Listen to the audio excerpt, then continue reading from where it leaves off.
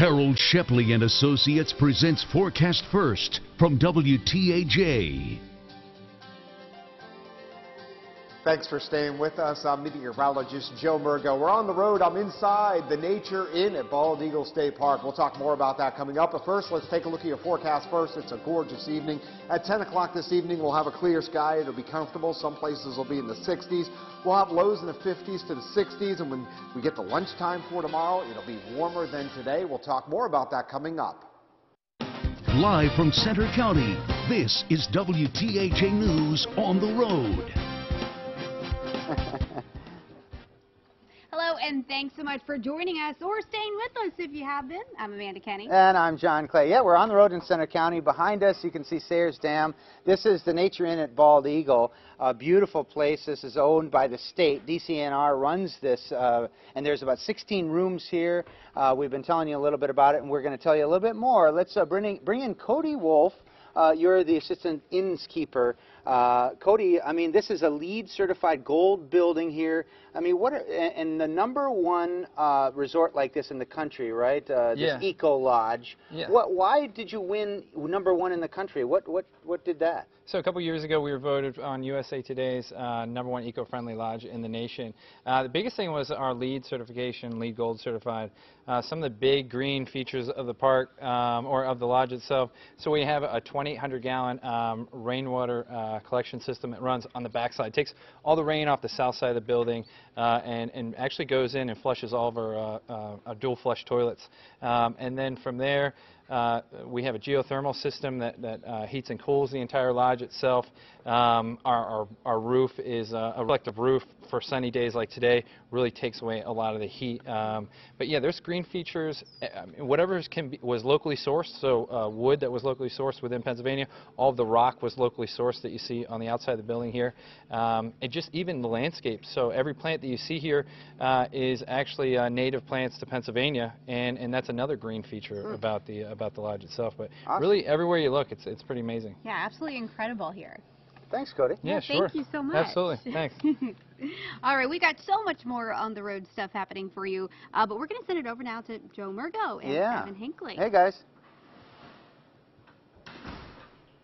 Hey there. Yeah, Evan and I are enjoying the nice air conditioning inside the Nature Inn, and we know we're not destroying the environment because this place is all about being green. That's right. That's right. It is really, like I said, really cool in here. Great. They have some pictures of bald eagles up here. It is, but like I said, keeping cool in here, Joe. A little hot outside right now. In the sun especially, yes. Yeah, and they have meetings in here, and you can go and you can eat breakfast when you're one of the occupants. Your breakfast is included, and inside the little nook behind us, they have, not only is that where you can get the food, but they have nice little displays on the types of birds around Bald Eagle State Park and the eggs. A bald eagle egg, I learned, Evan, about so big.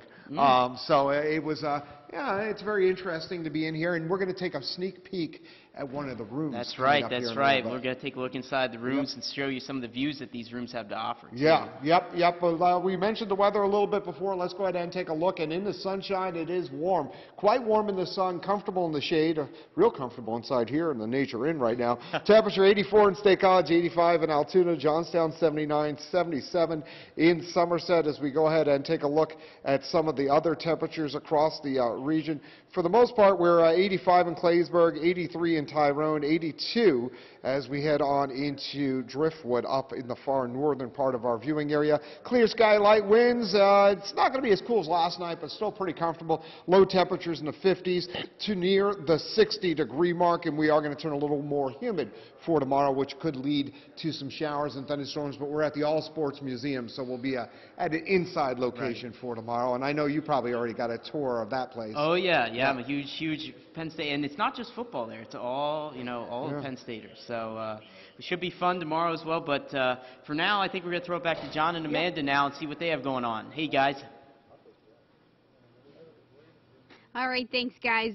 There's so many things to do in Center County, but one of the most popular are the many restaurants in State College. Yeah, there's so many to choose from, and you can also really kind of go back in time, too, if you want to do that. And if you want to check out one of the oldest restaurants in town, the Tavern is definitely a good place to start. They're celebrating 70 years in business, and as we visited, they're not showing any signs of slowing down. In 1948, two World War II veterans and Penn State grad students picked this spot for the tavern. Interesting story there. They had to apply for their liquor license and they couldn't decide on a name. And so in 1948 they said, let's call it the tavern for now, we can always change it later. Never did. Never changed it.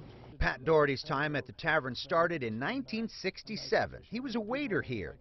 And what do you know, 13 years later, he bought the restaurant with another former waiter, Bill Tucker. Not long ago, they hired Curtis Biesecker as the executive chef. I'll be adding white wine. His inside tip? I'd probably encourage him to get the shrimp or the scallops or a good steak. Always a safe choice. We enjoyed Gulf shrimp and pasta with pesto, asparagus, and peppers. They've been working with local farmers to get fresh products for 30 years. That's still a priority.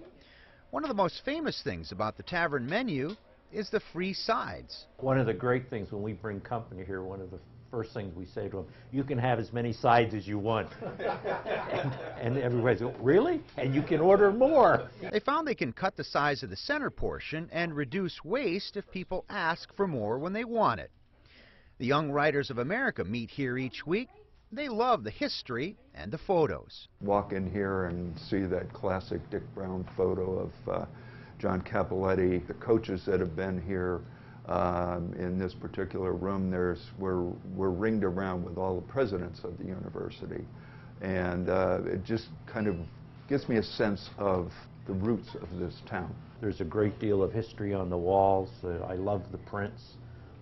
They're from all over Pennsylvania, not just State College, so it's for anybody from Pennsylvania who comes here, they could probably find a print from their hometown.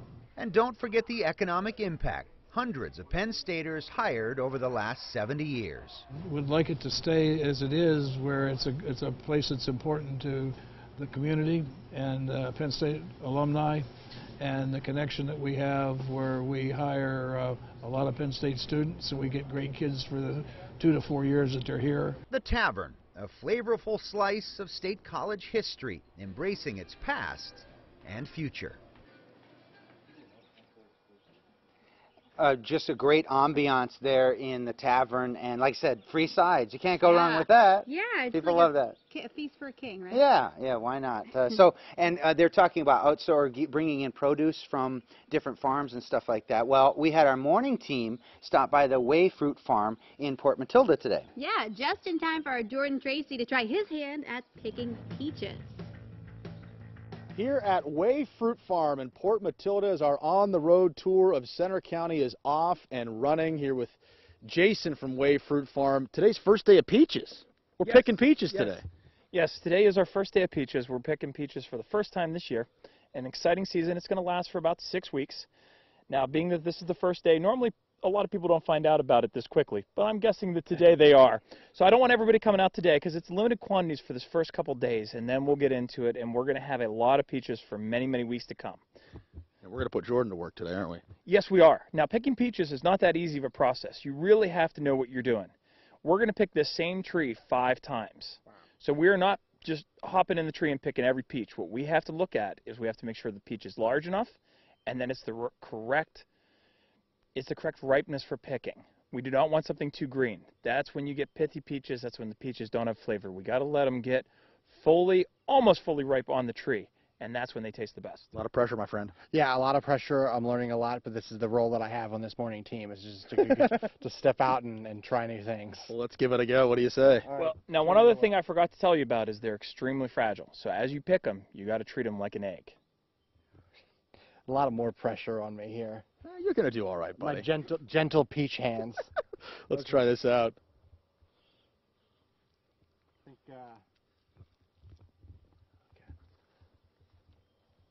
I need to check the underside of this peach here. That's correct.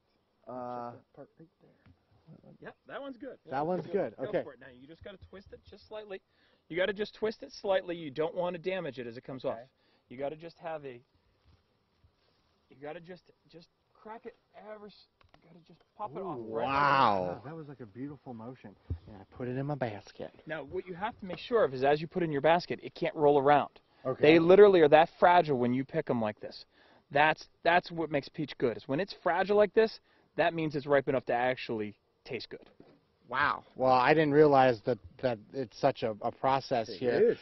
Casey, do you think I would have what it takes to do this? Well, you've picked one peach so far, Well, Jordan. I didn't even do it. And Jason did that. So I've watched your other segments very closely, though, and you can do just about anything. So, yes, I have full confidence. All right. Well, thank you. I appreciate it. But this is where the process begins, and we'll take you where the process ends here in a little bit. Yes.